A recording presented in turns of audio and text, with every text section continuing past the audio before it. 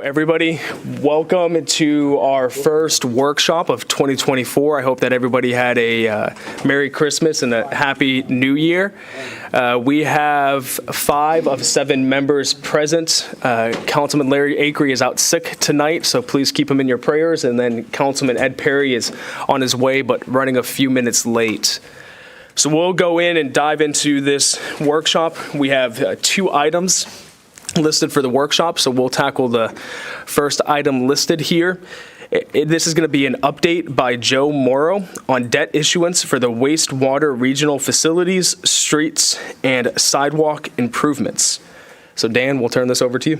Yeah, actually, Mayor, you jumped off perfectly there. Joe's ready to go, and we have a limited amount of time, so we'll let him jump right into it if that's okay. Thank you, Dan, Mayor, members of council. Joe Morrow with Hilltop Securities. When we last met, we were doing the notice of intent, and we're talking about a not to exceed amount, which we established at $50 million. Excuse me. 40 million of that for a water reclamation facility and 10 million for streets. And it was suggested at that time that we be able to review and be sure we could show that we could pay that without increasing the tax rate above the current rate of 0.2071. So Rosie and I spent some time on the phone together and exchanged some spreadsheets as we were working through the process, and that is summarized in this schedule here. So let me just walk through with you. And Joe, if I could, Mayor and Council, that document that he just showed is in your packet, if y'all have access to your packet.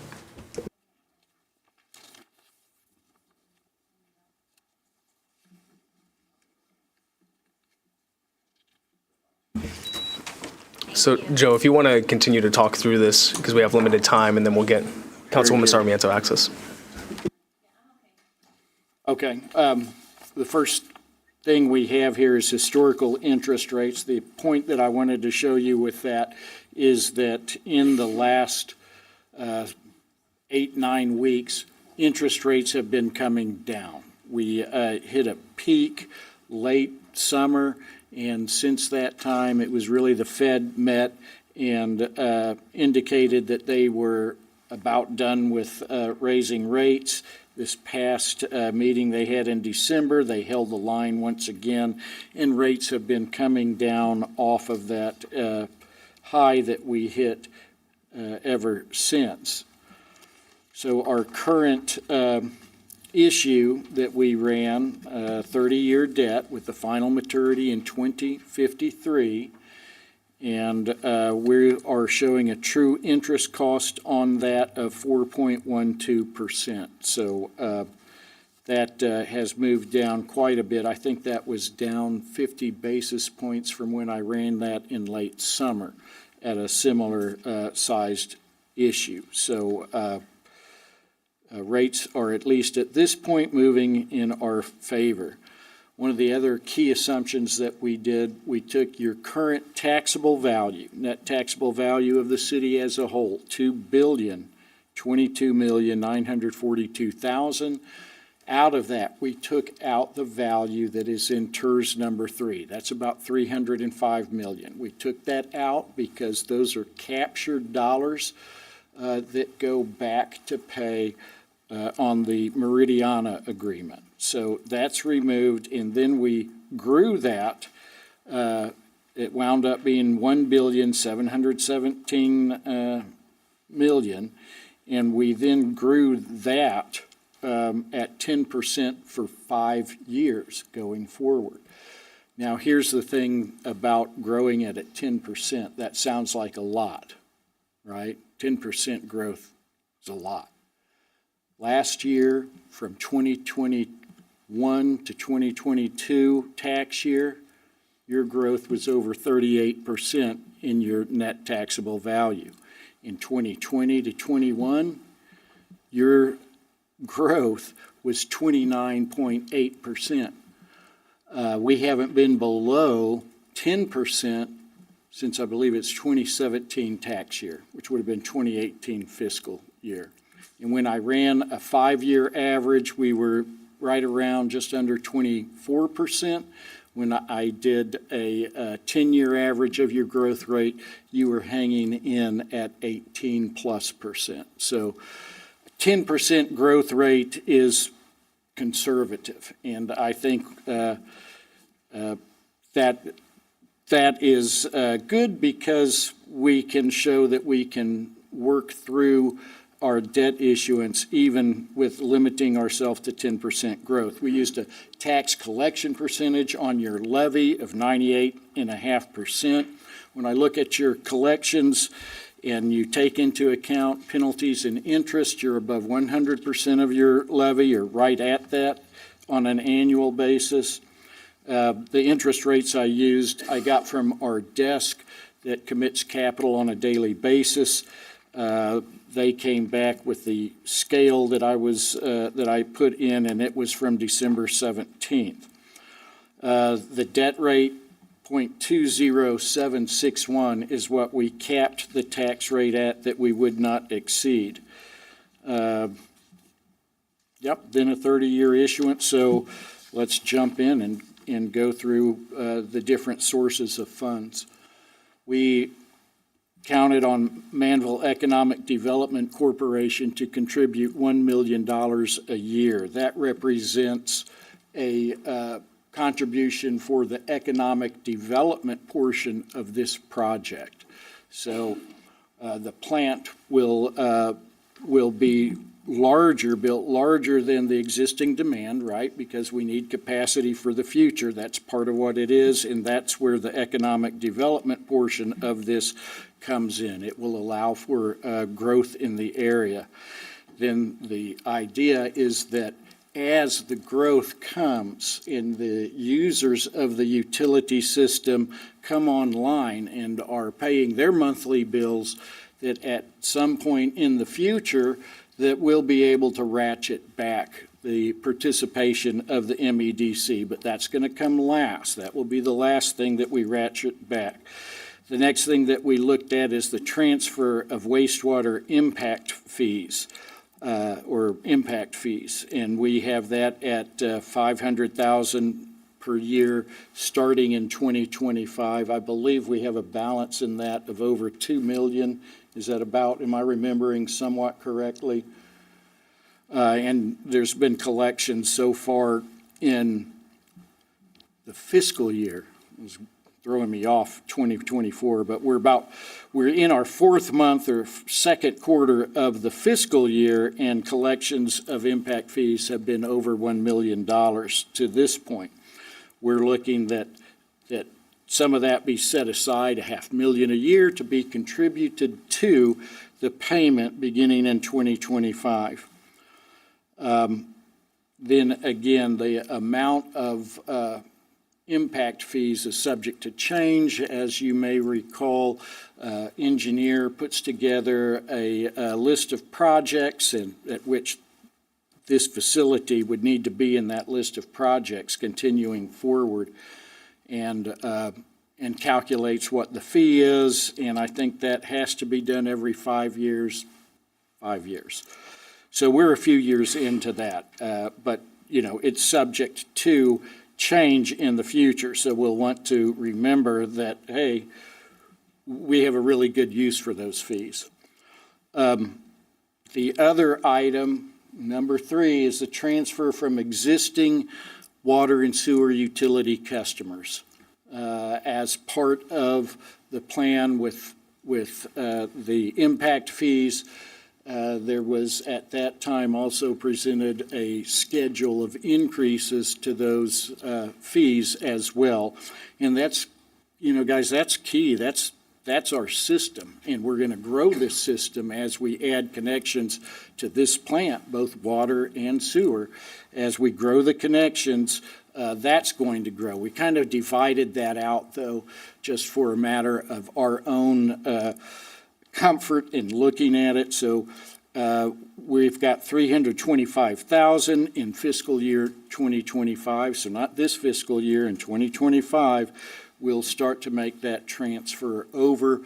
There would have been sufficient funds to do that this year, but I think a budget amount was used to transfer an overpayment of impact fees out of that amount of revenue. So it should be just one of those budget neutral things that comes along at the end of the year. And again, we do expect that this amount will increase over time as we go. Finally, we've got total from system growth is 300,000. That would be 300,000 that would come on in about 2.5 years, right? That we're coming in at halfway through this year. We're interest only until we get to fiscal 27. In fiscal 27, we're going to start amortizing principal on that water reclamation facility. At that time, we're going to expect that growth in customer base would be such that we would have added an additional 300,000. One of the things that we did get as Mr. Johnson was looking at what are going to be the needs and how soon are we going to need this. The engineer for Valencia provided a takedown of lots and connections for their development over the next 18 months. And they're going to be doing roughly 30 homes a month. And that begins now. So we're in that period where the homes are going vertical out there, and we need to be ready for it. But that also is going to be users coming onto our system, and that's part of our new revenue. Finally, we've got ad valorem tax revenue and a transfer of $315,000 per year starting in fiscal 2028. Now, if we grow more than 10%, you know, that or we have growth of our customer base more than the 300,000, which I think, you know, we very well could by the time we get to 2028, the need for that goes away. And same with, you know, it's just one of those things that we're going to have to monitor. But if we need tax revenue, our tax rate is going to be falling, and that's where we would need to pull from to make ends meet. And that would be 315,000, and that does not take it away from the current rate of 0.20761 for the wastewater reclamation facility. It looks like with that issue in fiscal 2028, with the 315,000 included, we would be projecting a rate of 0.18167 pennies. So below by about 2.5 pennies where you are currently. And that includes the streets. Okay, so that's after the streets are in, you'd still be about 2.5 cents below. But I would think we'll be talking about an election here coming up after we get this issue done, that will be one of the next things that we find ourselves discussing. So that is it for how the plant would be paid for. On the street side, it's a little more straightforward because with streets, residential or otherwise, we don't have toll roads within the city, so we pay for those with ad valorem taxes. And that is just one of those things that's how every city in Texas does it. The initial payments would be made out of the street repair fund, a budgeting transfer that Ms. Denier would make as you go through the budget process.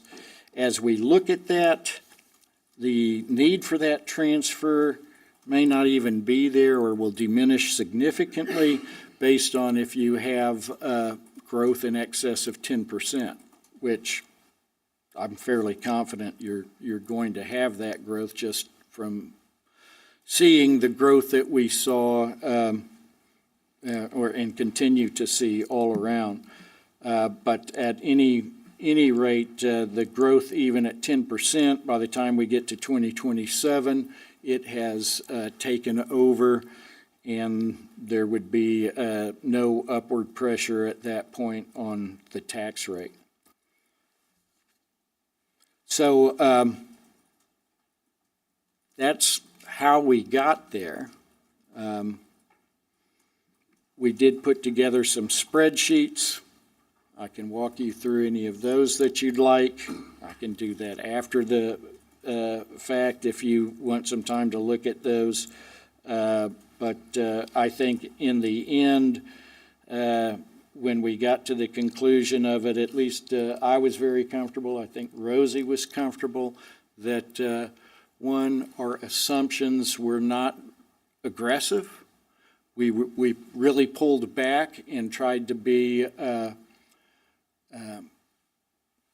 maybe a little bit too conservative, but we wanted to be conservative because we did not want to stand before you at any point in the future and say, we didn't get this one right.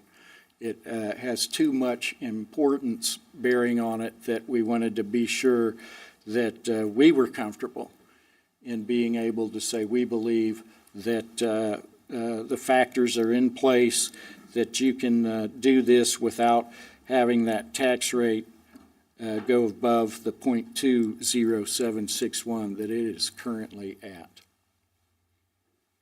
So I would be happy to answer any questions that you may have.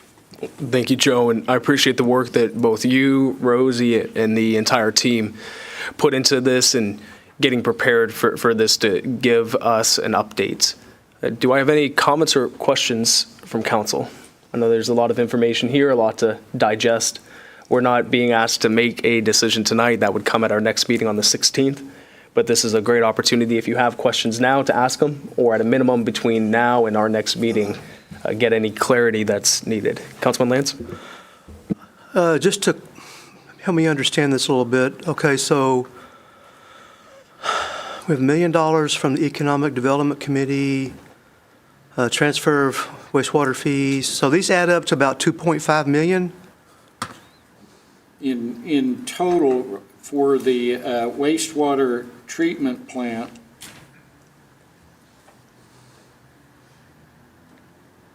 got 2 copies of the same thing. For the wastewater treatment plant, it is going to add up to about $2.5 million, yes.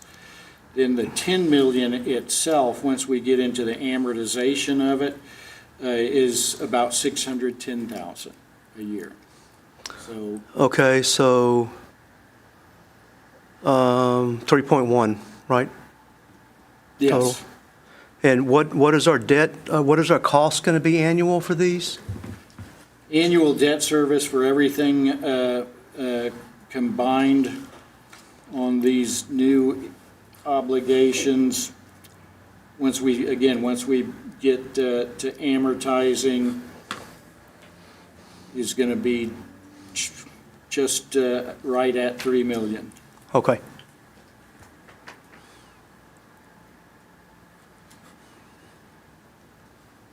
Okay, good, thank you. Thank you, Councilman. That's what we would owe every year. That's what we would owe every year.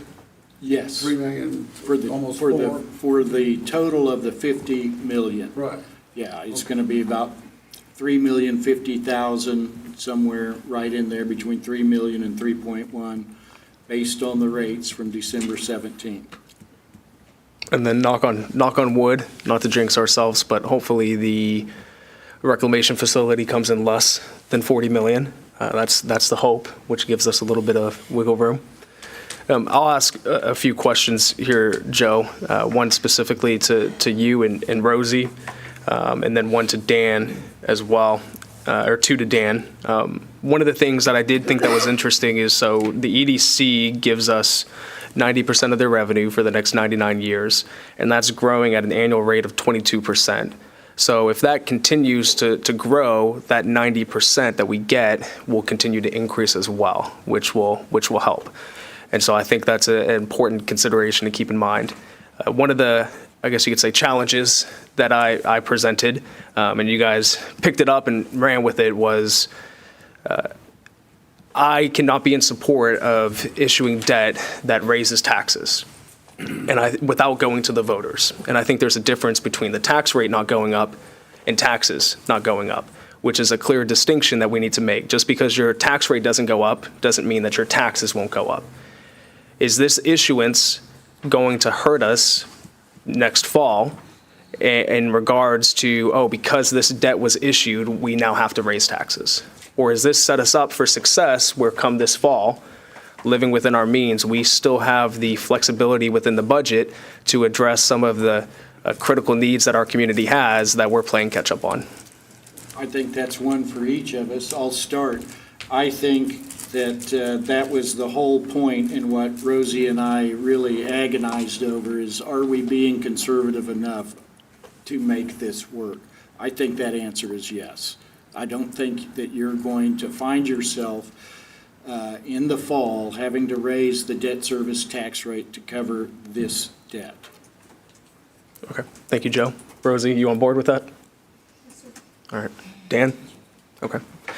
The second question that I have is one of the big items that we had talked about with this is servicing funds or securing funds for streets, sidewalks, and drainage. You drive throughout our community, you can see the desperate shape that it's in. And Robbie, you and your team have been doing a phenomenal job, aggressively going after it, responding to emails and phone calls, and just being on top of it. So I appreciate your work. And I was talking to Dan earlier and said, I want to get us to the point for our public works department where we're constantly just reacting to things. Because I could imagine putting myself in those shoes, and you're constantly just reacting to this issue, or reacting to that issue. I want to be proactive, get you guys to the point where you're ahead of the game, and you can actually be creative with some of the things that you're doing.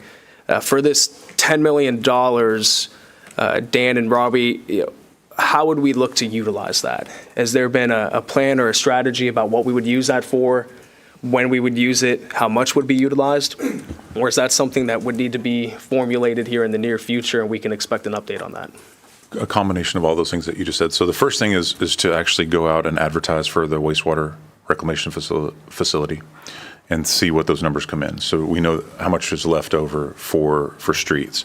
As a starting point, our street maintenance program that was completed in 2022, it identified a 5-year plan, and that was $8.7 million if you did all of the streets right then and there. We've done some of them, but that was in 2022 dollars, so now we're in 2024. So the 8.7 to the 10, you get there real quickly. So if the, I said wastewater reclamation, sorry, if the water reclamation facility comes in under the 40, then we're dealing with a full 10 million to look at street maintenance. What the pavement or the street management program did not look at was sidewalks, and it did not look at those other rights of ways, those connecting of the dots. Whether it be Kirby, behind Newport Lake Estates, whether it be Del Bello to the east of where Valencia is going to come out. There are a lot of little holes that need to be filled in. That there are no funds contemplated for those. So that's a long answer. The short answer is, if after the 16th, then that's the next step. We're going to advertise for that project and then see how much we're actually dealing with, and we're going to bring that to you because if it is anywhere close to the $10 million, like it seems like it will be, we want y'all to be invested in that decision too, of course, because that's a huge decision. Where are we going to spend those funds? Yeah, I appreciate that. That gives me the answer that I was looking for. So thank you there. Yes, sir. This might be a question for Tammy, either for you or Joe. On the 16th, if we say we're taking this next step forward with something like this, is there a public hearing that needs to be involved for something like this, or? The first action that you guys took was the notice to publish the intent, and that notice had to be published, was it 60 days? 45 days. Okay, so that gives people an opportunity, once it's published, to come in and petition against the item. Nobody has filed anything with the city in response to what was published. Okay. Thank you, Tammy. Councilman Lands? Not to shoot the messenger here, but is there any way we can maybe consider, obviously, our roads are horrid. And is there any way we can protect $10 million for the roads and say, no, we can't, we're not going to tap into that because of the wastewater treatment plant is going to go over, or, we need another vehicle or some other. Can we protect that money? And then if the funds come in a little bit higher for the plants, okay, well, maybe we need a little more than 50, because we really, really, really have to do these roads and not just keep pushing this back. So I would love to have some money protected for that. So, As a matter of policy, internal policy, absolutely. I mean, and I hear you, and if that's the consensus of council, then that's what we'll do. We're trying to do the same thing with the other projects, where the police station, the public works facility, and City Hall, all three of those had an amount that was, I hate to say budgeted, but sort of earmarked. The thinking was that each one of these would cost. But obviously, of the two projects, the water reclamation facility is certainly the priority. Now, if God forbid those numbers come back in and they're $50 million, we're going to come back to you and say, I think we need to go a different route, quite frankly, because this is just getting too, that's ridiculous, because this is a 1 million gallon plant. So then you're talking about you're already talking about $40 a gallon, which is very hard to understand for me personally when we were talking, $12 and $16 a gallon just a few years ago. So it's extremely expensive. Anyway, I didn't mean to go down a rabbit trail, but it's, if that's the consensus of council is, hey, what at all costs, let's keep at least 10 million, then we hear you loud and clear. That's what we want to do, quite frankly. Yes, sir. Thank you for saying that, Councilman David Lance. Basically, the last time we talked about this, that was one of the questions that I brought up as well, was what I don't want to see is that we go and we approve this debt and then we find ourselves in this pattern, just like Dan Johnson said, David, Dan, Larry, Harry. And we find ourselves in this pattern where for some reason we keep falling short of the bids. And so I think that we should be responsible enough to budget properly and try to stick to that budget. I know we said that already, but it's extremely important. To your point, Councilman Lance, is the emails, the calls, the lawsuits, the people falling on bikes, walking down our streets. It's, we got gorgeous new development coming, but I think that to his point and to what we said at the last meeting, I think that I would feel a lot more peaceful if we budgeted and allocated a number to it, because sidewalks, like you said, right-of-ways.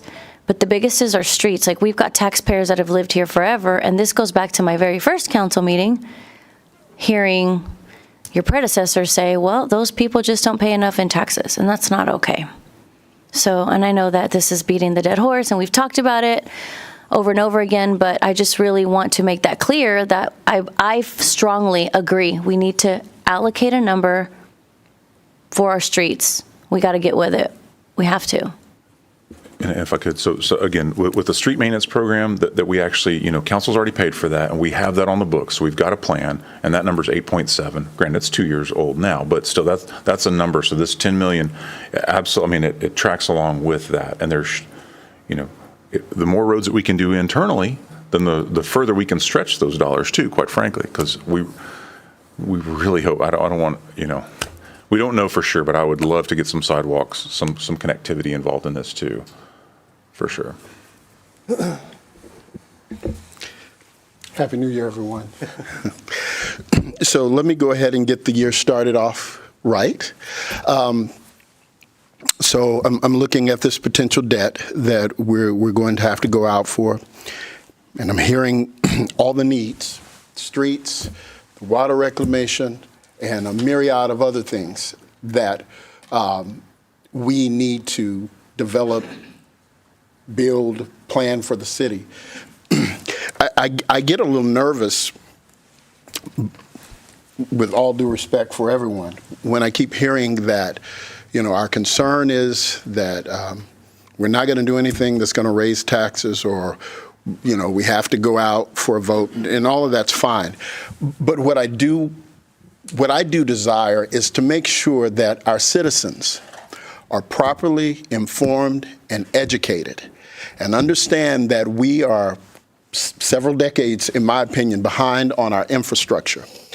We have new residents moving to the area consistently. We have several development products that are going to bring more citizenry or population to the area. We need to educate and inform them that in order to do what is needed to bring the city of Manvel current and where it needs to be infrastructure-wise for the sake of business and everything else that will keep the city functioning, there may come a need to raise taxes. And they need to understand that as a local municipality, that 15% of their overall property tax that the city is responsible for, while we control that, we have no control over what the county does on behalf of the state with the appraisals and all the other areas.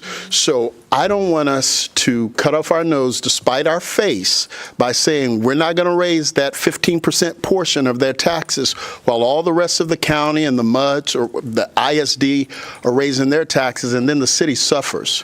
The more we delay on getting these projects up to speed and getting the infrastructure in place, the more expensive they're going to continue to become.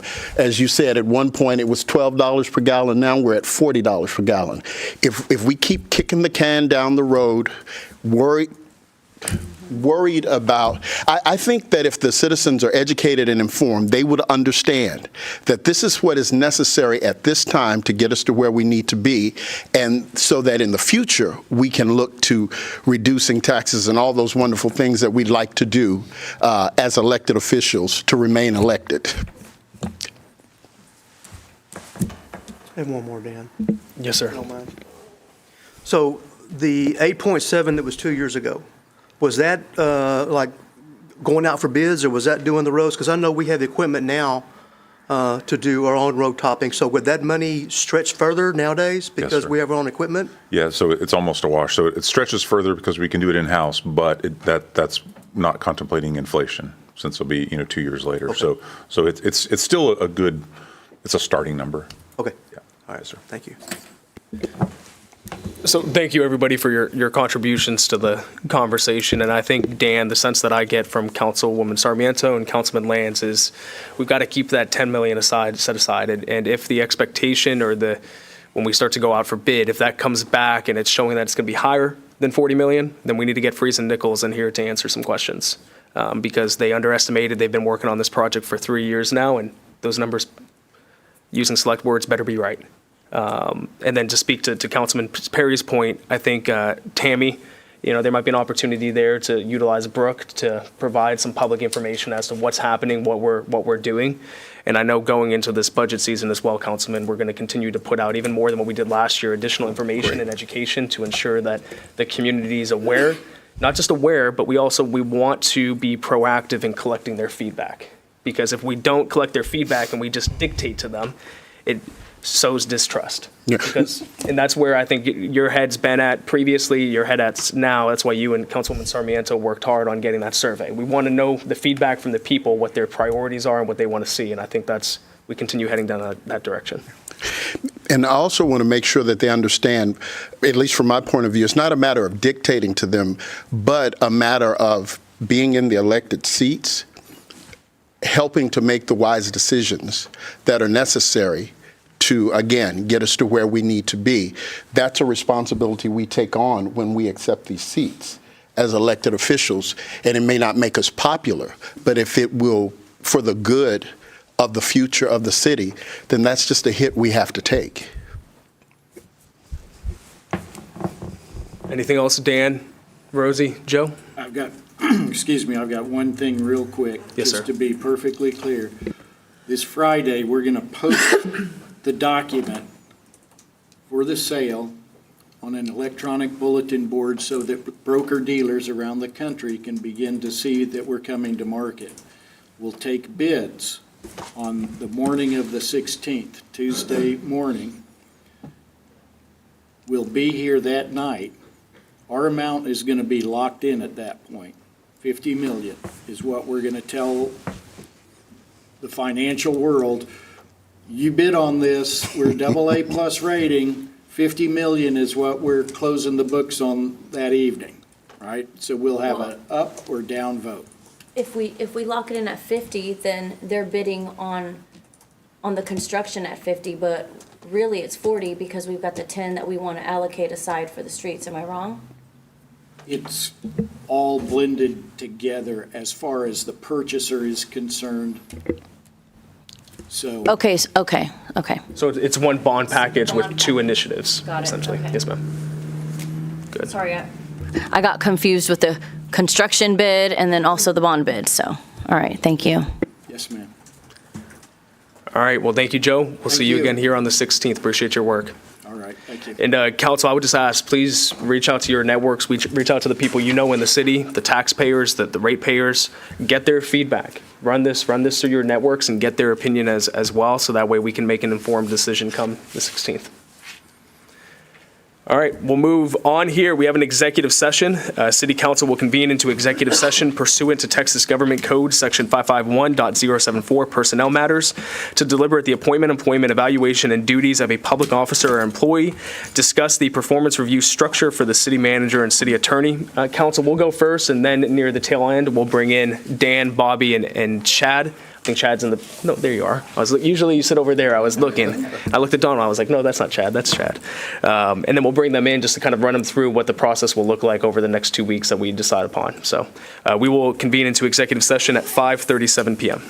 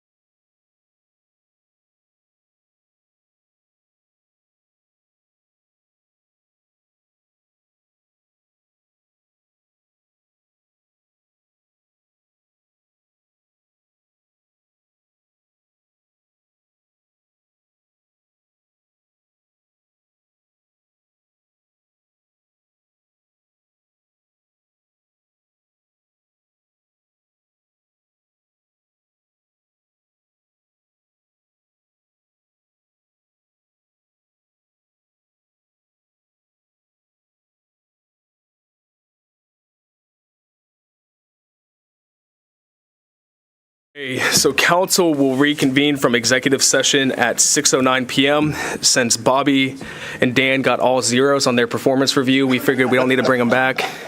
No, I'm kidding. So Dan has been working with each of the department heads to put together performance reviews and really a formal process for that. And our two direct reports as council is Dan and Bobby as our employees. And so, guys, we just wanted to take, because this was our first time really doing a structured approach for this ever in the city's history. And so we wanted to take at least 2 more weeks to talk about a little bit of the process. Dan, if you're able to email to all of council the Word document of the review that you've been doing with your department heads, we want to make sure to do it right for you guys. And so we're going to take 2 weeks, kind of each work on this individually, come back for the meeting on the 16th. Tammy, if we can have an executive session as a part of the regular agenda for that one, that way we don't have the time constraints of the workshop. And then we'll bring you guys back and take the same approach, but we might revise some of the questions a little bit based off of our discussions. You guys good with that? Okay, awesome. Yeah, the main thing is we just wanted to, you do it right, you do it light, you do it wrong, you do it long, and we wanted to do it right for you guys. So we will now end the workshop at 6:10 p.m. We will now call to order the regular session of Manvel City Council at 6:11 p.m. We have 6 of 7 members present. Councilman Larry Acree is absent tonight. He is not feeling well, so please keep him in your prayers. Welcome back, everybody, from New Year's, from Christmas. Now that we can stop all the ruckus of those holidays, we can get forward with the work that we have. And I just want to say that it's a blessing to be here with each of you to start the new year off with a council meeting.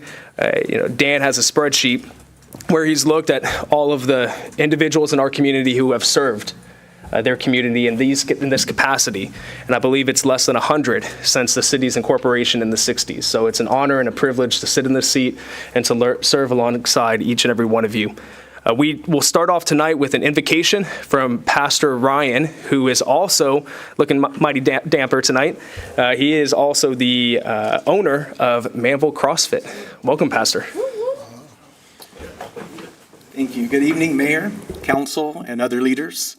It's great to finally see a face with a voice and a name, because we don't get to see you guys online at all. But I appreciate the opportunity to come and start our meeting with prayer.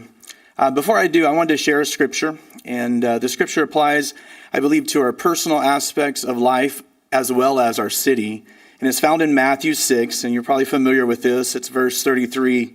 It says, "But seek first the kingdom and his righteousness, and all these things will be given to you." I think what we're about to do, pray, is very important. And as we do that, we're going to pray that the Lord would lead us, guide us, direct us, give us wisdom on all the aspects of the city. The Lord knows we need a water treatment plant. He knows we need other aspects, buildings. He knows we have a need of sidewalks, sometimes even if they don't end somewhere. But he knows those things, and we're going to ask him that he would guide us and direct us with that. So if you would, just pray with me. Heavenly Father, we thank you for an opportunity to be here. God, I thank you for what you're doing in the city of Manvel. I thank you for what you've entrusted us with. Tonight, I pray that you would give us direction, wisdom, favor, and everything that is discussed. I pray that you would be with these leaders as they make decisions to advance our community. In Jesus' name, amen. Thank you, Pastor. Hey, I have a question for you real quick. If anybody has a New Year's resolution of losing weight, besides getting a membership to Manvel CrossFit, what's one tip that you would have for them? Drink more water. Drink more water. All right, well, I got my water right here, so appreciate that. Thank you, Pastor. We now have an inspirational reading from Councilmember Hudson, our Mayor Pro Tem. Happy New Year to all.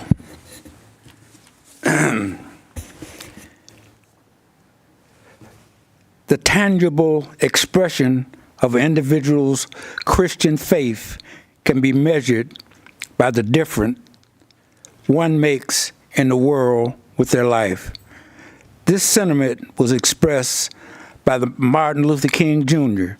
when he said, "Service is the rent we pay for the space that we occupy." Thank you, sir. I appreciate that. If you guys will please stand and join me in saying the pledges.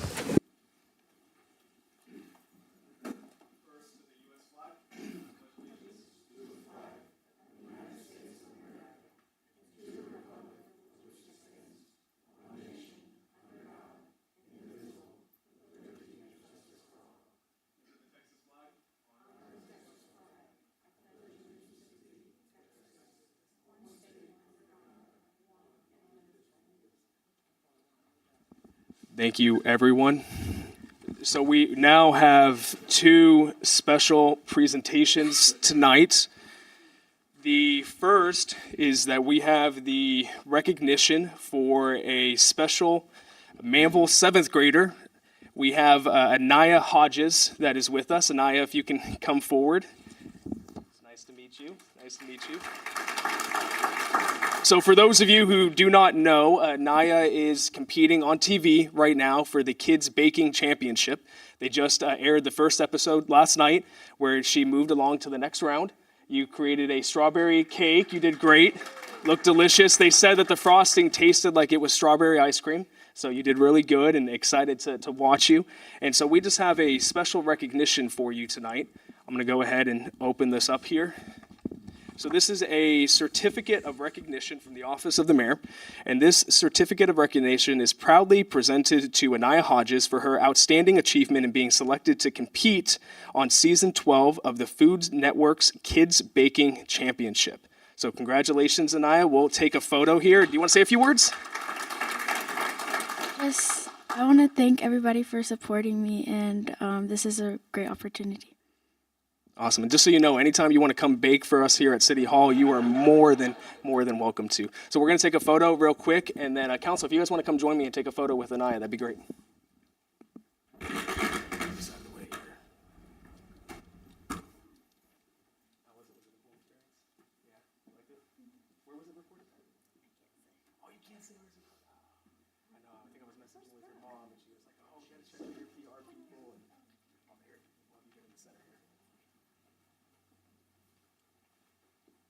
All right, we'll take a photo real quick.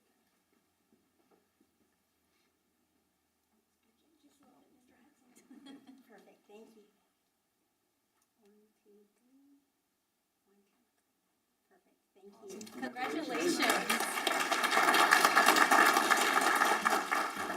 And then Anaya, I think I'm going to have to sign that before you head out there.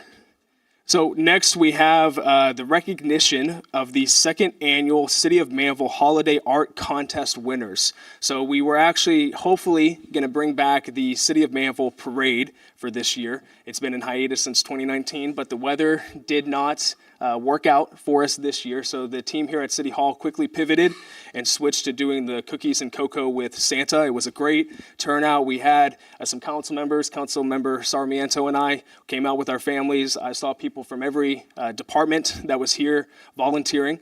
And what staff has actually done for the second year in a row now is a art contest where kids throughout our community can submit a picture that they've drawn and colored for Christmas.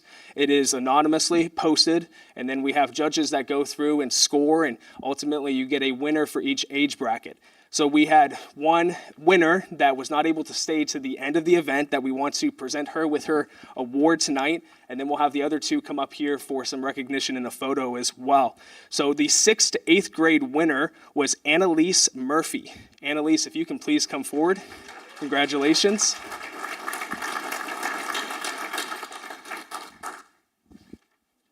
And then here's your picture here, and what we'll do is I'll grab that if you want to put that on for her. I don't want to mess up her pretty bow. Hello. You're going to let her put that on there? There you go. And then here's your picture. We'll all take a photo. Council, I'm going to have you come up for this photo as well. We also have the 9th to 12th grade winner, London Lyons. London, come on forward here. Welcome.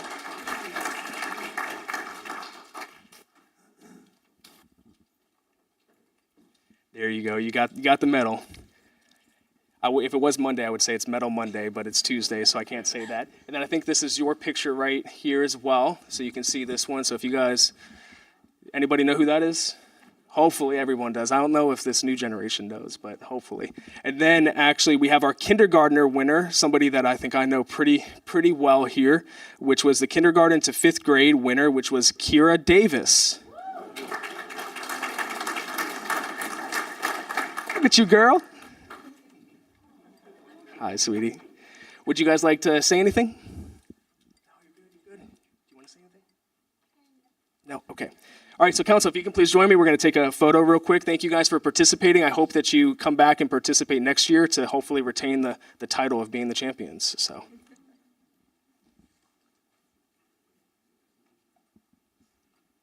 right, right, if you guys want to scoot here to the middle, scoot on over, scoot on over. Awesome.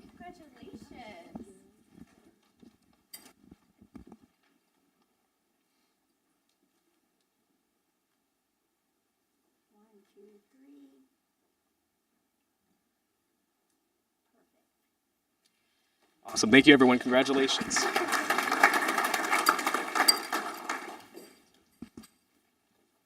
right, give us a minute while we reset here.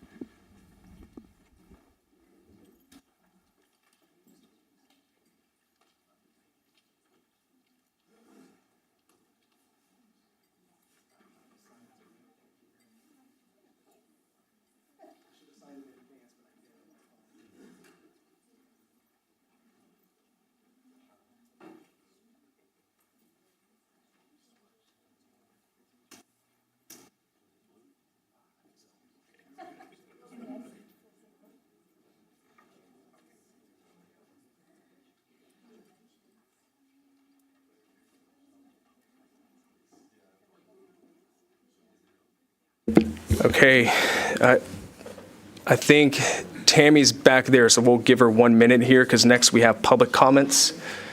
And I don't know if we had anybody. Hey, Tammy, did we have anybody submit any public comments? We did? Okay. Give us 1 second here.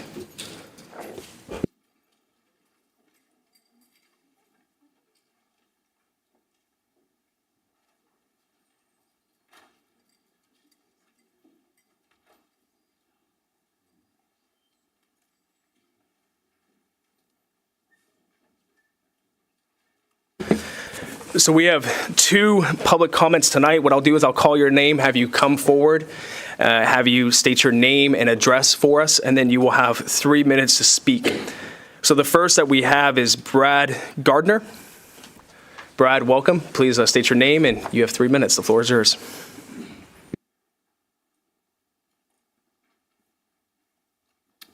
Thank you, Mayor and Council.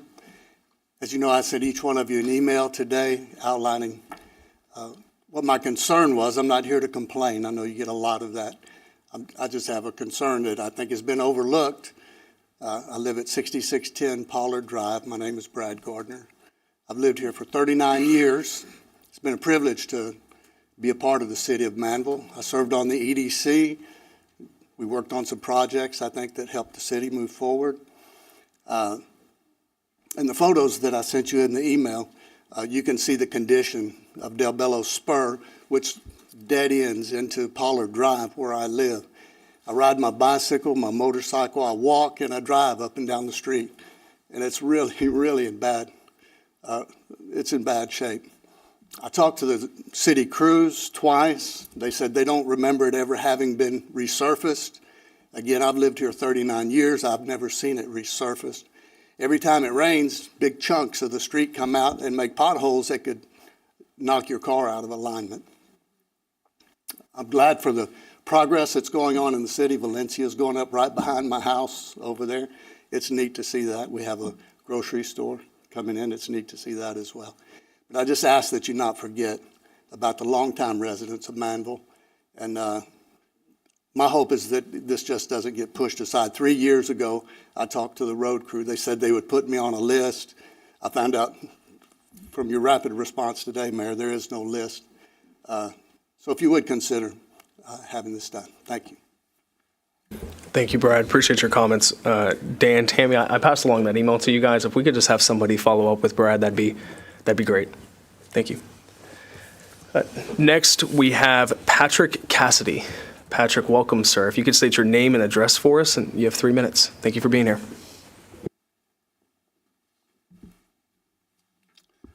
Good evening, council members, Mayor. Thank you for having me this evening. My name is Patrick Cassidy. I'm a former developer, retiree since 2010. I'm now a full-time evangelist. I wanted to catch the path there, but maybe later. Anyway, my wife and I moved here to Manvel about a year ago to 5747 Bob White Trail in Serenity, and it's at Sorrow Drive and Meridiana Parkway. We moved here, as I mentioned, about a year ago, and we were the 4th house completed and occupied.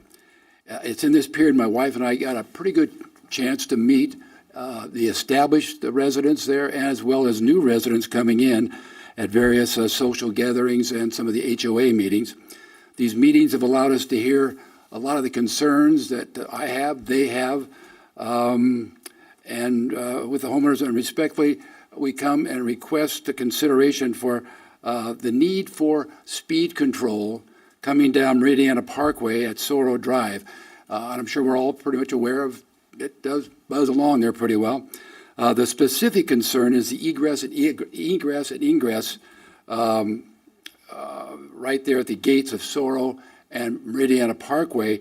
If you view of leaving the Serenity at the stop sign, you leave and there's a visual impairment as you look east to Highway 6 with the bridge obstructions that kind of compromise seeing traffic come at a pace pretty quick. Leaving also as a visual impairment looking west with the meridians of trees and shrubs and bushes and berms and shrubs and there sort of thing. There were 4 accidents, I understand, that occurred in 2023 at that intersection, and my wife and I happened to be one of them just on December 10th at that very accident, or that very crossroad. She was hospitalized. She's fine, praise the Lord. She's doing well, and she's got a full recovery. I've heard of late some wonderful aggressive steps being taken by the city, planning on some solutions, including a speed indicator to slow the traffic down. As I understand, the lights come on, your speed is this, you're going too fast, and I think that's great. I think that's wonderful, but I feel that it's that's going to be a time-sensitive light that's going to be fading. Its luster going to be retiring and going away, and something needed to be perhaps in place far more aggressive than just that. I'm going to grab my glasses really quick if I may. Some of the types of solutions that I've seen that are on Peters Lane, I believe it is, and Jordan's Lane, a road, are things like rumble strips in the pavement with signs, blinking intersection headlights, 4-way stop signs, including new pedestrian crosswalks and crosswalk striping with warning signs, and restriping and new striping for stop signs leaving Serenity. I know that the city of Manvel is very, very proactive, and I think I applaud. That's one thing we loved about Manvel, and I know that I share that, or many of the residents share that same thought as I do about about Manvel, the city of Manvel, and the councils. So we look forward to the days of progress that just lie ahead, and I just thank you for the time you've allowed me just to share that with you all, and thank you very much. Thank you. Thank you, Mr. Patrick, and welcome to Manvel. I appreciate you saying the name of the city correctly. Most newcomers don't, but more importantly, I'm glad that you and your wife are okay. Thank you very much. I know that our chief and city manager have been looking into this exact thing, and one of the big pieces of it is conducting a traffic study. We just wrapped up a study for Rodeo Palms, and we're focusing our efforts now on Meridiana Parkway, and that's going to tell us a lot of things and then dictate to us by state law what we can and can't do. So it's in the works. But that's what I understood. Yes, sir. Thank you for that. Yeah, absolutely, and I appreciate you taking the time and being here, sir. Thank you. No more public comments. We'll now move on to the city manager update. Dan? Thank you, Mayor. And some of these we've already talked about a little bit. The first one I wanted to mention was the cookies and cocoa with Santa. So that was a big success, especially think a Polaroid camera you've ever seen that gave them a keepsake and a takeaway. So it seemed to be very well attended. We had, I guess, there was face tattoos or something too. So yeah. So anyway, just great job, and it turned out to be pretty cool that night, so it actually felt like it was Christmas time. So, and also thank you, Crystal and Mayor, for being there. We appreciate that. The second thing was staff performance reviews. You mentioned those between the workshop and the meeting. So I'm excited to tell you that by the end of the year, we did complete all of our performance reviews like we wanted to do, with an asterisk. The police department, they're on a separate schedule, of course. So they've already done what they were going to do for last year, and their new ones are coming up here, I think, next month. Should be by the end of this month. By the end of this month, okay, perfect. But for the non-police folks, we everyone, and including some folks that had been here for 18, 19, and 20 years, got their first performance review. So it was very exciting, and they're still here.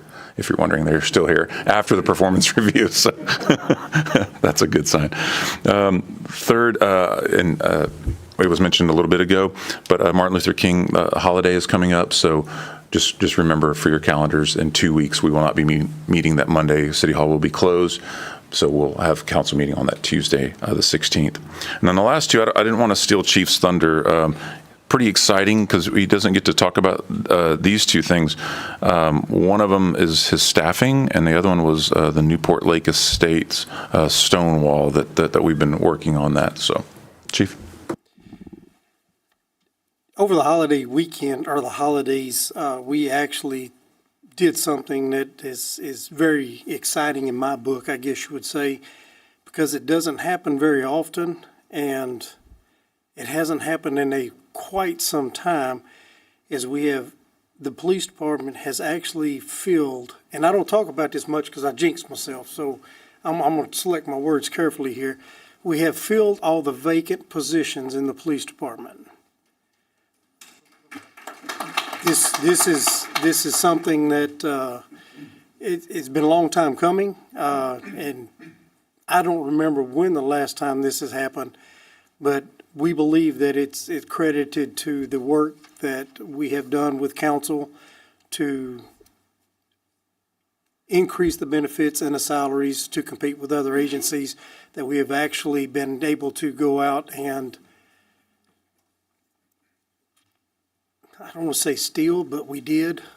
Other police officers with 18 to 20 years experience, administrative experience. So we got some really good candidates. One started last week, the other one will start Monday. And then we actually have a potential cadet in the Alvin College Police Academy right now that we will be using in the future. So we've done really good with that. I spoke with our code enforcement officer about the Newport Lakes Estates and I won't say bricks, but the stone wall that had fallen has been removed, and we are going to work now to move forward with getting the rest of it taken care of, whether we have it removed or they fix it the way it should be. So that's going to be in progress in the very near future. I've got code enforcement working on that right now. I see Councilman Perry here nodding his head in approval. So, Chief, if you could just keep us updated on that, that'd be great. That's it, Mayor. That's it. Awesome. Well, thank you for that update, Dan. I'm just going to take a moment of privilege before we move on to the consent agenda while we still have people here in attendance. This January 6th at the Pearland Hilton Garden Inn is going to be the Pearland MLK Celebration Committee Scholarship and Award Banquet. Councilman Perry is very much involved with that, but we do want to honor one of our members here that serves on council, and actually our Mayor Pro Tem, because he is receiving an award at this banquet. Councilman Mayor Pro Tem Jerome Hudson is going to be receiving the Community Service Award. We wanted to take a moment to honor you and to say thank you for your service over your decades of service to the community and all that you do for Manvel and the surrounding areas. So thank you, sir. And happy birthday. Happy birthday. Do you want us to sing for you? Yeah. No. You don't want me to sing. You don't want me to sing. We'll have a little choir here. All of us. We now have the consent agenda, and considering there's only one item, I'm assuming we're not wanting to take it off the consent agenda. So I will make a motion to approve the consent agenda. Do I have a second? I'll second. Okay, we have a motion and a second. All those in favor? All those opposed? Motion passes unanimously 6-0. We now have regular agenda item number 1, and then we do have a speaker form that was submitted. It was turned over, so we'll have, after I read off the item, we'll have Leah Vincent come forward, and then Bobby will turn it over to you. But we have a consideration and possible action to approve the amendment to bond council engagement between the City of Manvel and Allen Boone Humphreys Robinson LLP and authorize the city manager to execute the agreement. So Leah, please come forward. Thank you for being here tonight. All right, well, good evening, Council. I'm afraid I don't have a strawberry cake or any art projects, but this has been a really great meeting so far. I'm excited to be here. I have had the opportunity to come before you in recent weeks. My name's Aaliyah Vinson with Allen Boone Humphreys Robinson. But tonight I'm excited to be here to ask you to consider us to serve as your bond counsel for your upcoming offering that you are considering. And we had a pretty long discussion with your financial advisor in the workshop preceding the regular council meeting tonight.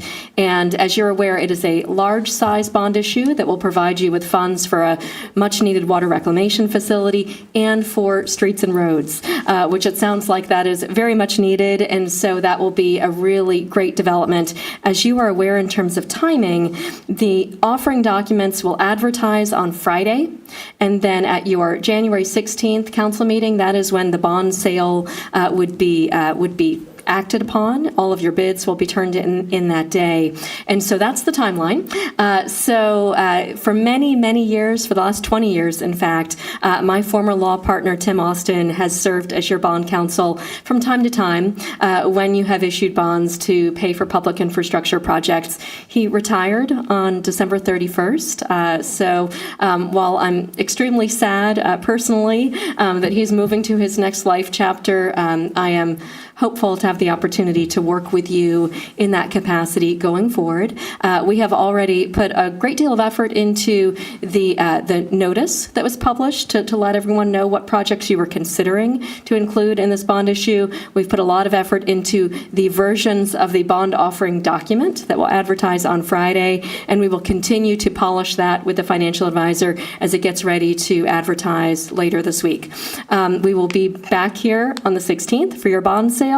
And then one of the things I wanted to mention we do in our work as bond counsel is that in addition to working on the offering document, there is a necessary step in the state of Texas where the Attorney General's office has to approve your issuance before you can actually close. And so we are very involved in gathering all of the transcript documents that go to the Attorney General's office, answering the many questions that they often have, especially related to certificates of obligation like yours, in order to get their approval. And we will also be issuing 2 opinions in connection with your bond issue. And that is a tax opinion, that they are tax-exempt bonds. That is a very important thing to the bond market so that your bondholders know that when they purchase your bonds, they're purchasing tax-exempt bonds. And we'll also be issuing the opinion that says that these obligations meet all state and federal law requirements. That opinion that we issue sits out there for the length and duration of the bonds. So these are 30-year bonds. So our work as bond counsel begins with the early stage, but continues through the duration of your maturities until they are fully paid off. And so our role is, it's an important role. We take it very seriously, and it's a long-term relationship that we value with the city. So the amendment that we are providing today, in the past, your bond issues were significantly smaller. Right? You are now on the brink of really needing to have much larger funds available for big projects like the roads and the water reclamation facility. The amendment that Tim Austin sent in to you for your consideration involves a tapering of that rate so that as your bond issues are larger in size, the fee that you pay us out of your closing costs decline. So that it can be sized in an appropriate way with the bond issue at hand. And this would be a fee schedule that would then be utilizable by you going forward, of course, available for amendment at your request. But I know Tim sent this in. I believe it's part of your materials, but I'm happy to try to answer any questions that you have, and just I'm glad to be here. Thank you, Aaliyah. Appreciate that.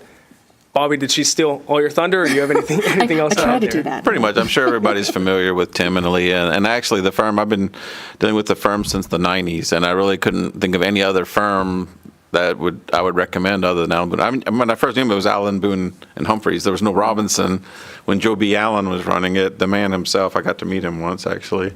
But anyway, we're glad to have Aaliyah and wish Tim well for us, please. I will. I still have his phone number on speed dial, so I'll still be able to get him.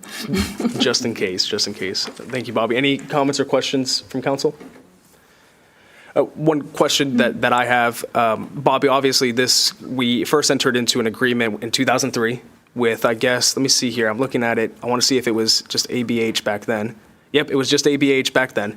And so the fees have not changed since 2003. So this is obviously a very new structure, 1.5% up to the first 2 million, a percent up to the next 8 million, 0.5% thereafter. That's significantly more than what's currently in place. Bobby, from your opinion of the market, making sure that we are wise stewards of the taxpayers' dollars, is this, adequate for, what the market dictates? Well, I think looking at it in the obverse, Mayor, we've been getting a hell of a deal for the past 20 years that it's been long overdue to catch up. And what they're offering now is definitely market. And don't forget, it's not just the documents, the opinions, all that stuff at the initial get-go. There's bonds are there for 30 years, and they're going to continue to have the bonds on the shelf and have reporting requirements and bond counsel requirements should something come up for the next 30 years. So a lot of people don't know that part of it as well. Anything to add, Aaliyah? That was well said. Happy to take any other questions. No, that's good. I think that's just something important to mention is that, if we look at the debt issuance that was done this March, a $40 million debt issuance, your fees on that is $40,000 for the entirety of a 30-year bond. That doesn't cover all of the work that you guys do. So understanding a little bit of what goes into it and why the fees are what they are is important. I don't have any other questions, so thank you, Bobby. Thank you, Aaliyah. Thank you. Dan, anything for you to add, or you good? Okay. Do I have a motion from council? I'd like to make a motion. Okay, we have a motion from Councilmember Hudson. I'll second that. We have a second from Councilman Oplager. All those in favor? All those opposed? Motion passes unanimously, 6-0. Leah, we look forward to working with you. Thank you. Agenda item number 2, consideration and possible action to approve the commercial earnest money contract for the City of Manvel to sell and convey onto Brazoria County Emergency Service District number 3, being the 1.5-acre Rodeo Palms Public Safety Site, and authorize the city manager to execute all documents needed to make the conveyance.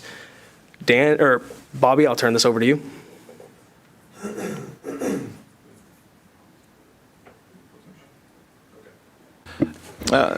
Mayor, if you'll allow me, I just wanted to give props to the ESD. Jeff is here.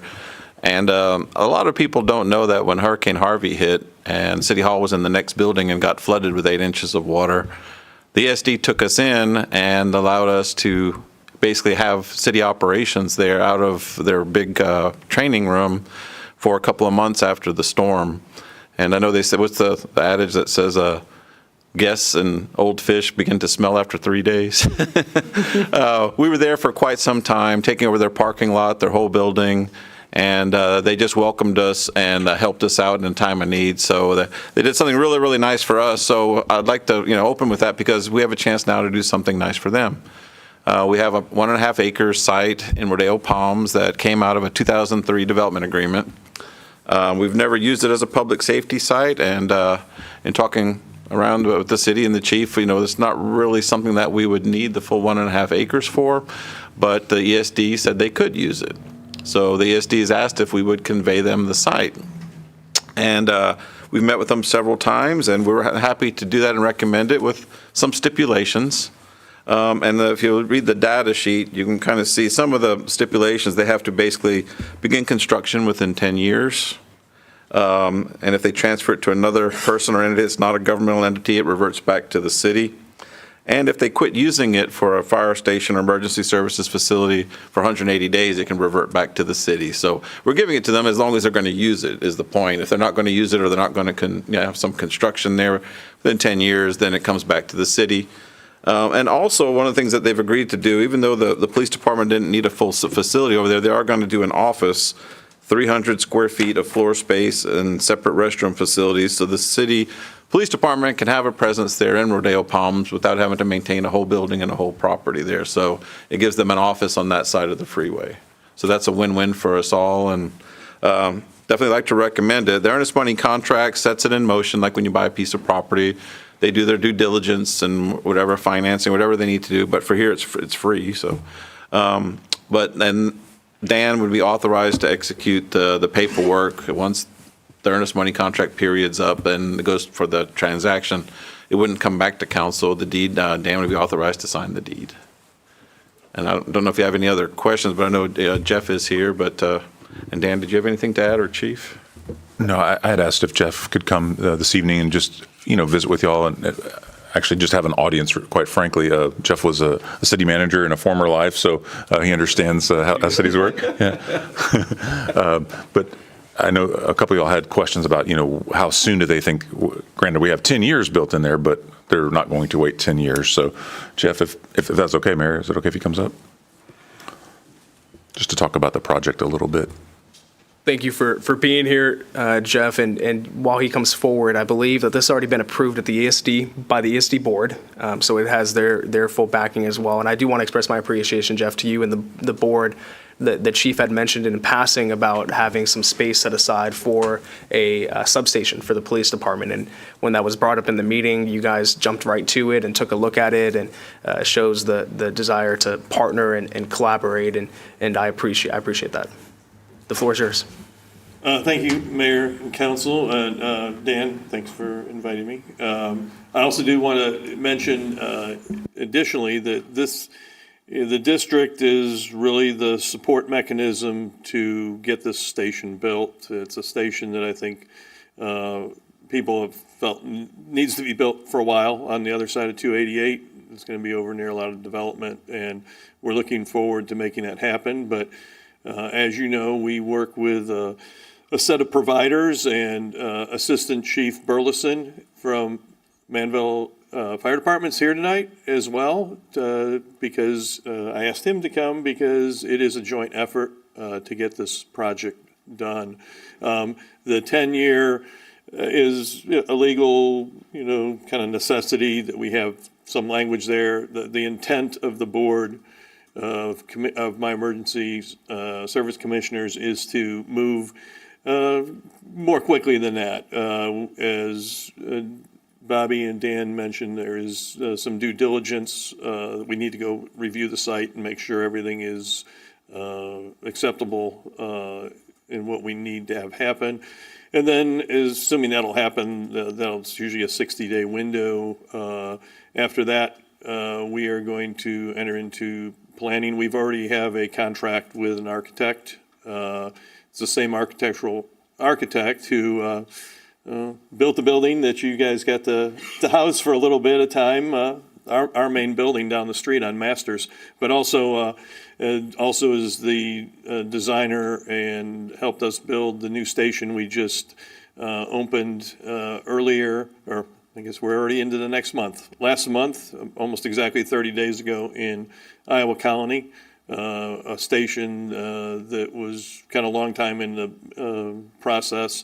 And we were able to, once we got started, it was just about a year and a half, 2 years from, and that was pretty amazing given the supply chain problems and stuff that we were facing.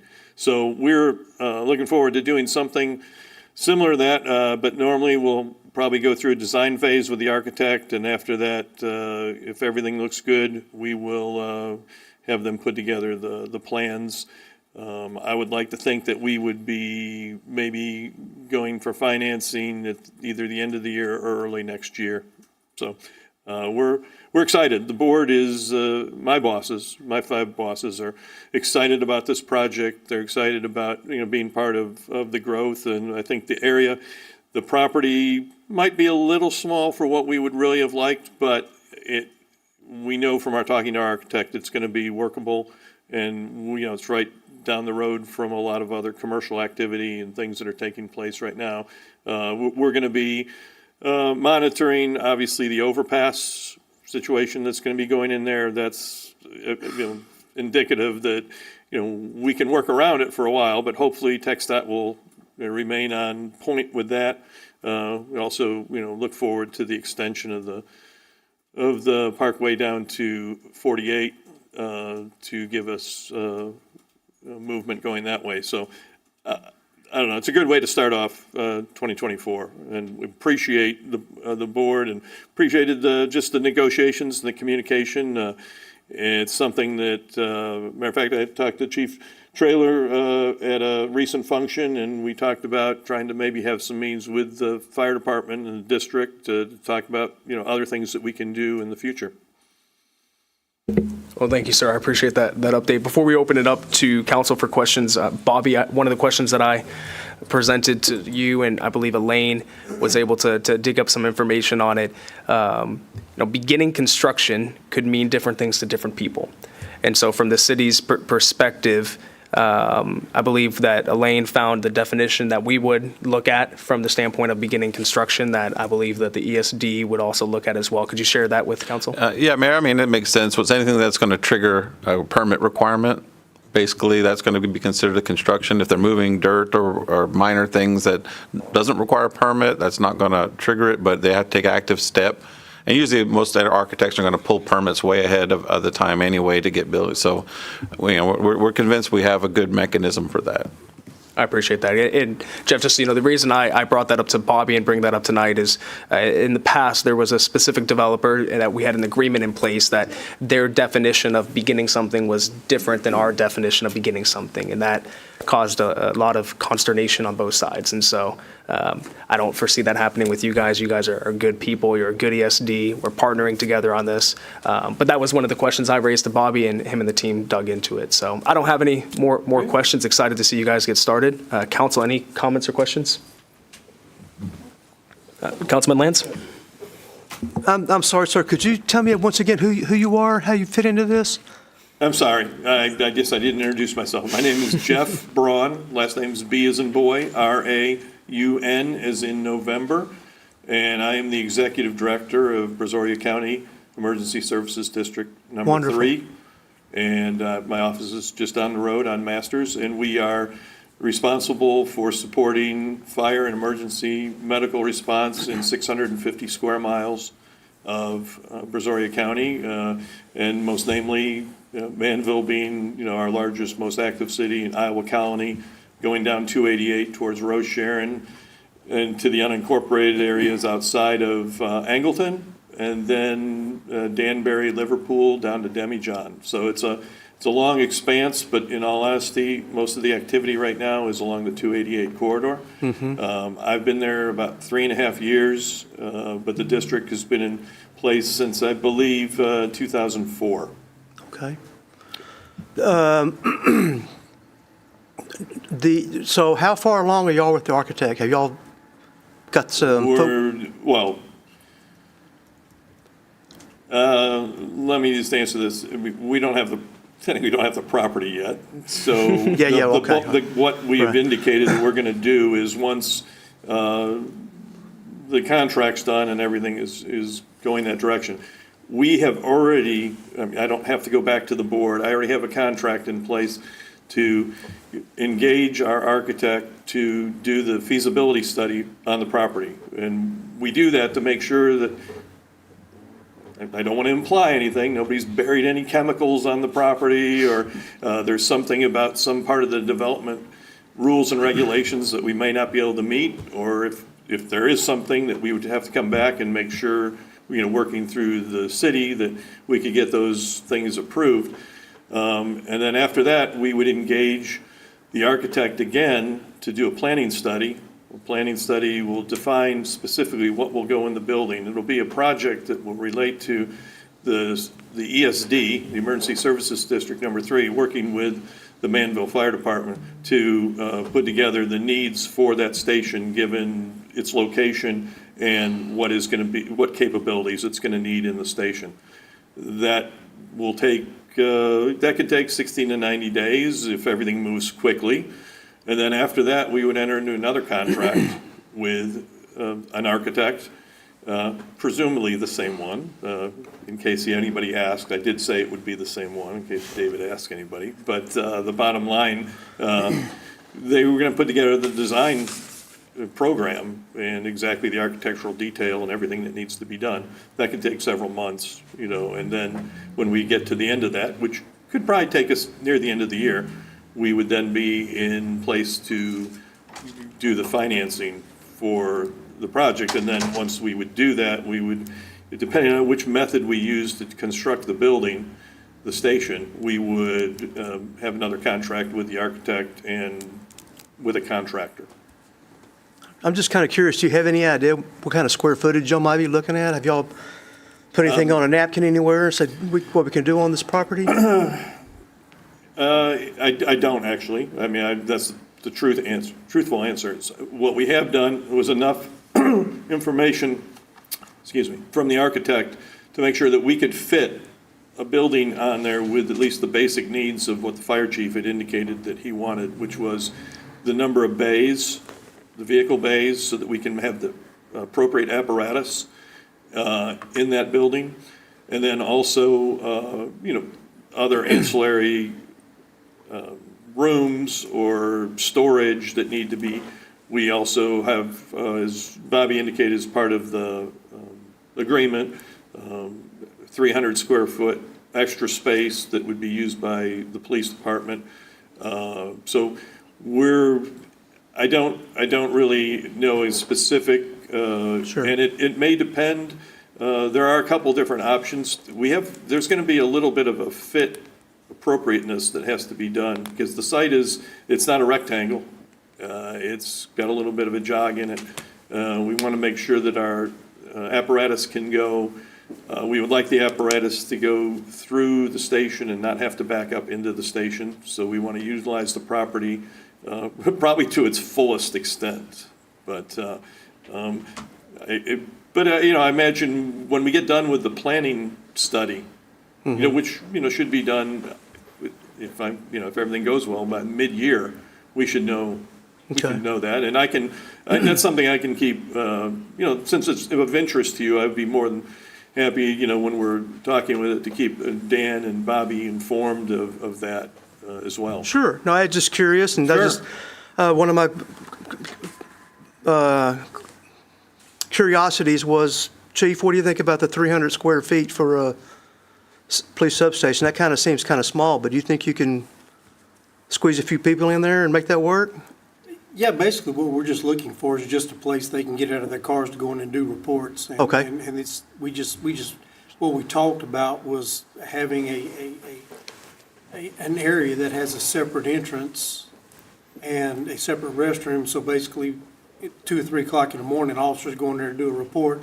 They wouldn't disturb the personnel that were there because I would be assuming there would be somebody there 24/7. And that would allow them the opportunity to go in and just get out of the cars to go do reports, make phone calls or whatever they need to do, and not have to come all the way back across town to do this. So, Okay. A 300 square foot room is just basically like a workstation for them to be able to go in and we can actually, what a lot of agencies do in different areas is someone calls in on that side of town, we just tell them just to go meet us over at the fire station, at the police substation, at the fire station in this area, and the officer would just meet them there instead of them having to come all the way across town. So it would benefit us to have somebody in the area or an office area that someone could go just step out and work. But the key point of it was we didn't want to interfere with the operations of the fire department. So that's why we asked just to have a separate area with a separate point of entrance so we didn't have to disturb anybody at different hours. One more question, then I'm done. I'm sorry. It says fire station and/or emergency services. Are you kind of looking for both of them right now, you think? At this moment, we're going to look to see what the space of the lot will hold. Right now, the fire station is the main interest Main point. one? Yeah. Yes. Okay. Thank you, sir. Good questions, Councilman. Any other questions? Okay. All right. Do I have a motion to approve? I'll make a motion to approve. We have a motion. Do I have a second? I'll second that. We have a motion and a second. All those in favor? All those opposed? Motion passes unanimously, 5-0, I guess technically is how you would call it. Thank you very much. Thank you for being here, sir. Appreciate all the information that you shared. And if you're able to make sure to keep Dan and Bobby up to date, that would be much appreciated, and we'll make sure to keep the community as well. So thank you. Next, we will move on to agenda item number 3, consideration and possible action to approve ordinance 2024-0-02. Rosie, we'll be passing this one over to you. Mayor, Council, we're requesting budget amendment for this year, transferring $200,000 from the water plant improvements to the elevated storage tank. It would leave $12,940 for the water plant for any incidentals that might come in at the last minute. And it would put us whole on the elevated storage tank with some wiggle space also. Awesome. Thank you, Rosie. And this is the interdepartment transfers within the capital projects funds. Okay. Okay, thank you. Any questions from council? Do I have a motion? I'll second. All right, we have a motion from Councilman Lands and a second from Councilmember Hudson. All those in favor? All those opposed? Motion passes unanimously, 5-0. Now we just got to award those contracts and get moving, right, Dan? Agenda item number 4, consideration and possible action to approve the first of 2 readings of ordinance 2024-0-04. Tammy? So this is a result from y'all taking action to want to pursue the registrations for the roll-offs for non-franchisees. So we've updated the ordinance to include the section that would allow for it to be still able to be done by Waste Connections, but also for individuals without a franchise can now offer roll-off services. It does include in there we'll have, of course, a few more weeks to kind of hash out some of the things with the registration, but Jessica's team was really putting a lot of thought into that last week.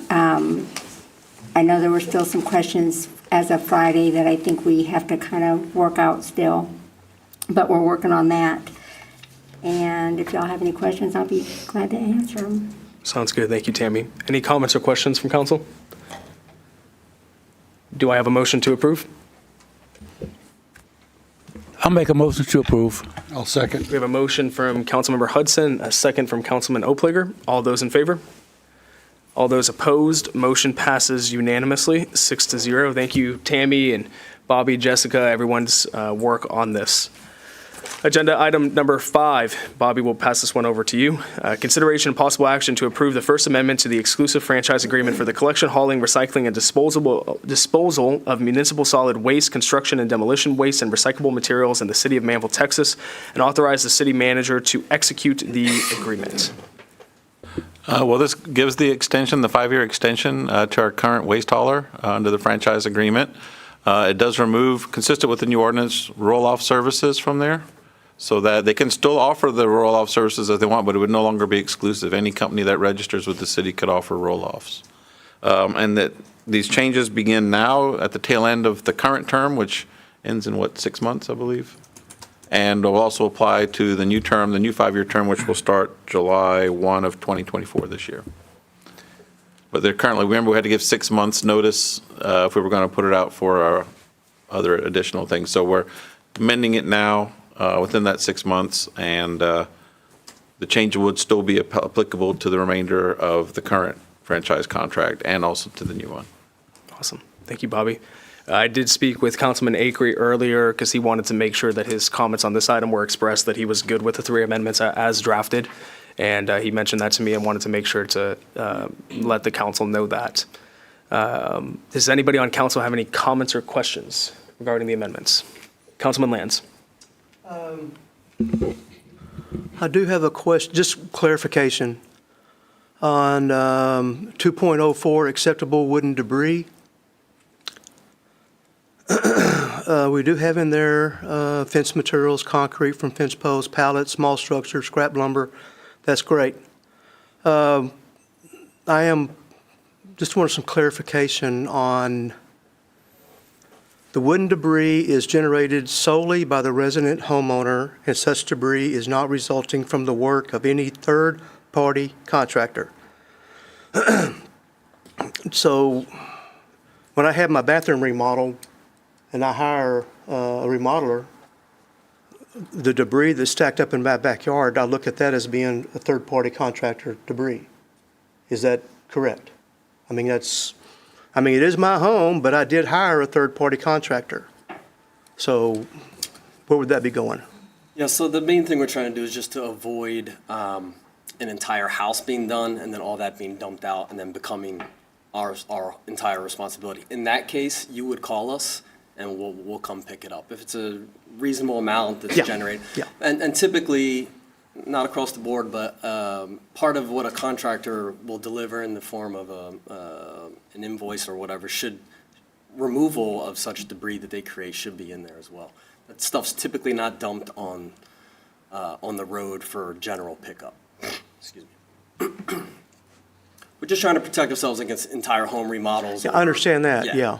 Yeah. And usually for a project that large, it's going to fall under the roll-off. Yes, absolutely. So, Absolutely. this is, in that case, you would call us and we would take care of it. Okay. Yeah. Now, you say call you, so, I mean, y'all gonna, when this comes into play, we're gonna have a weekly heavy trash pickup. Correct. So I'm expecting the truck to come by once a week. Right, so I think we're still ironing out exactly operationally how it's going to run, but the way it will look is we'll run a rear load through to get the majority of the bulk pickup, the majority of the big pickup. We'll be able to earmark the larger, we're already kind of doing this, by the way, we had some fence debris just last pickup.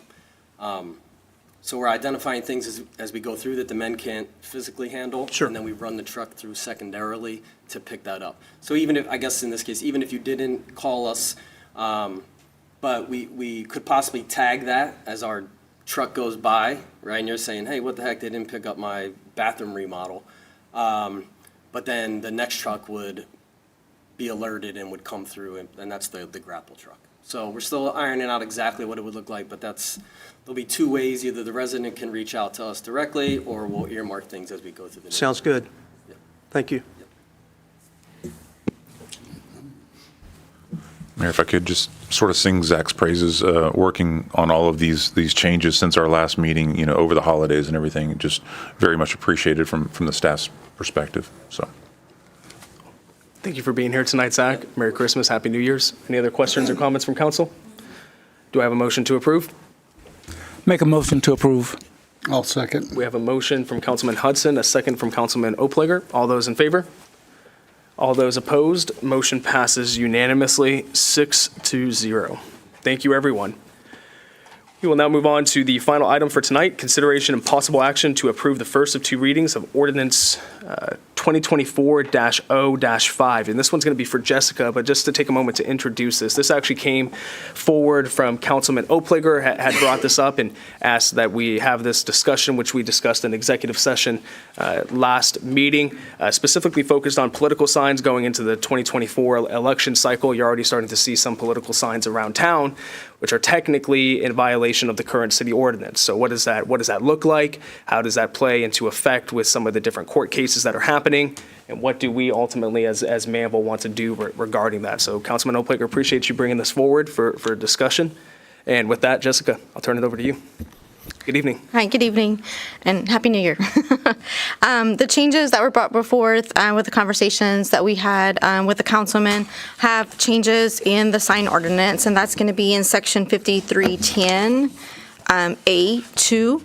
So what we did with the temporary political signs in this section is we took out any mention that of days, right? Any before or after, because that's the one place with state law that state law doesn't. It allows it up to the cities. It stays silent on it through further conversations that we've had of what's kind of going on. I guess in the judicial arena, we've decided we should just take this out and we'll match state law. This section already matched what we had in state law in regards to illumination and moving parts. And then the last sentence you'll see in this section, we added something in there about billboards being prohibited with the political message with it. The state gives the cities that authority to do that. So we're closely aligned here with state law, so there shouldn't be any issue on our end as far as enforcement or no enforcement of the political signs. So, thank you, Jessica. Any comments or questions from council? So here's a question that I have. The way that this reads is we are prohibiting that so let me say it like this. I like what was struck from it. Because as was discussed, we don't want to restrict political signage. Supreme Court has ruled on this. There's some discussion happening in Lake Jackson. It's a violation of the First Amendment. But the way that this amended part reads, and maybe I'm reading it incorrectly, is that political signage is prohibited now. Am I misreading that? No, Mayor, there's 5 things the state election code allows the city to regulate. 4 of them you can read in the top part, We can regulate a sign if it's more than 36 square feet. We can regulate it if it's more than 8 feet high. We can regulate it if it's illuminated and if it has moving parts. We can also regulate it if it's a billboard that contains primarily a political message on a temporary basis and that is generally available for rent or purchase to carry commercial advertising. And it's basically, that means a billboard. So there's 5 things that cities can regulate. We have 4 of them. We had the time signature, which Jessica's taken out, and the 5th one that we didn't have is inserted. So if council does not want to regulate, we can just simply not add that, but that was basically straight out of the election code of the 5 things the cities are left with, which isn't much in the sign world. So here's how I read it. And is this verbatim taken from the election code, or is this our own spin on it? I didn't spin it. I can read what I have, the subsection pulled up. Yeah, the way I that can it read reads is you have a sign that includes a billboard, but not just a billboard, a sign that contains a political message on a temporary basis that is generally available for rent or purchase, which we've all purchased our political signs. I've purchased a billboard, another candidate purchased a billboard, but there's a comma after a sign. So a sign, including a billboard, that's to purchase or rent, or other messages that are not primarily political, is prohibited. So the way that this reads to me is because there's a sign, comma, it delineates the difference between a sign and a billboard. If the goal of this, which I even disagree with on the merit of trying to restrict political signs on billboards, not just for me, but how do you define a political sign? If somebody wants to put Free Willy on a billboard, they should be able to put Free Willy on a billboard. But why would we just not say billboards that contain a political message on a temporary basis are prohibited? By putting in that comma, you're distincting a sign that can be purchased from a billboard that can be purchased. State law. And it seems like, if I may, this is not what council directed.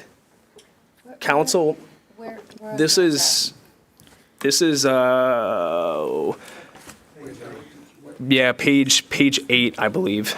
So the direction that we gave was we don't want to restrict political signage. And I don't mean to come across harsh, but this is restricting political signage. So one, let's discuss the language itself. It's saying a sign, comma. Would that not be restricting my ability as a candidate if I wanted, or even not as a candidate? There were people that were out there that said, vote for this proposition over that proposition. So they're purchasing a sign to display a political message. I would read this and say that's prohibited. Am I mistaken in that? I think it's a sign meaning the rest of it. A sign that contains primarily a political message that's on a temporary basis that's available for rent or purchase, which may include a billboard, but could also include what I would think might be these towable signs you can tow in on a trailer, which are like mobile billboards. So I think billboard just means that it's a subset of sign that's prohibited, because a billboard is obviously something that you rent or purchase for commercial advertising. And I think they're just saying a sign, making it, explicitly let everyone know any sign, but including a billboard, so there's no misconception, that contains a political message on basically a sign that's for rent or purchase for commercial advertising. So could I, under this, would I still be able to purchase a 4x4 and put a political message on it? Well, 4x4, it's not greater than 36 square feet. If it's not 8 foot high, it's not illuminated, it has no moving parts, and it's not on a billboard or that contains some other, I guess, sign that is available for rent or purchase, which the only one I could think of was that towable one with a changeable message sign. I'm not sure what else. But the 4x4 could carry a political advertisement. I mean, the definition of carry is placing it on the sign, placing it on the 4x4. I read that as if you're paying somebody else to do that for you. You're paying somebody to display the sign for you as a billboard or a movable or changeable message board. Okay. Well, I guess I'll open this up to council, this conversation to council. I mean, the intention that I got was we did not want to restrict political signage, and that's what this is. This added language would do that. is council wanting to put this language in, or is council not wanting to put this language in? Councilman. I'm sorry, help me understand why we can't, a billboard's not going to be allowed? The political part, in other words, if a political candidate takes out the billboard for the candidate thing, that we wouldn't allow that. So, for example, myself and former Councilmember Lorraine Hain, we both got billboards during this past election. According to this, we would no longer be able to get billboards to carry our political message. And that's just one of the 5 that state law says that we can do that if we want to. And also the movable and illuminated. If you think it's okay for political signs to be illuminated or have movable parts, just because the state law says we can regulate them doesn't mean that that's something that Manvel wants to do.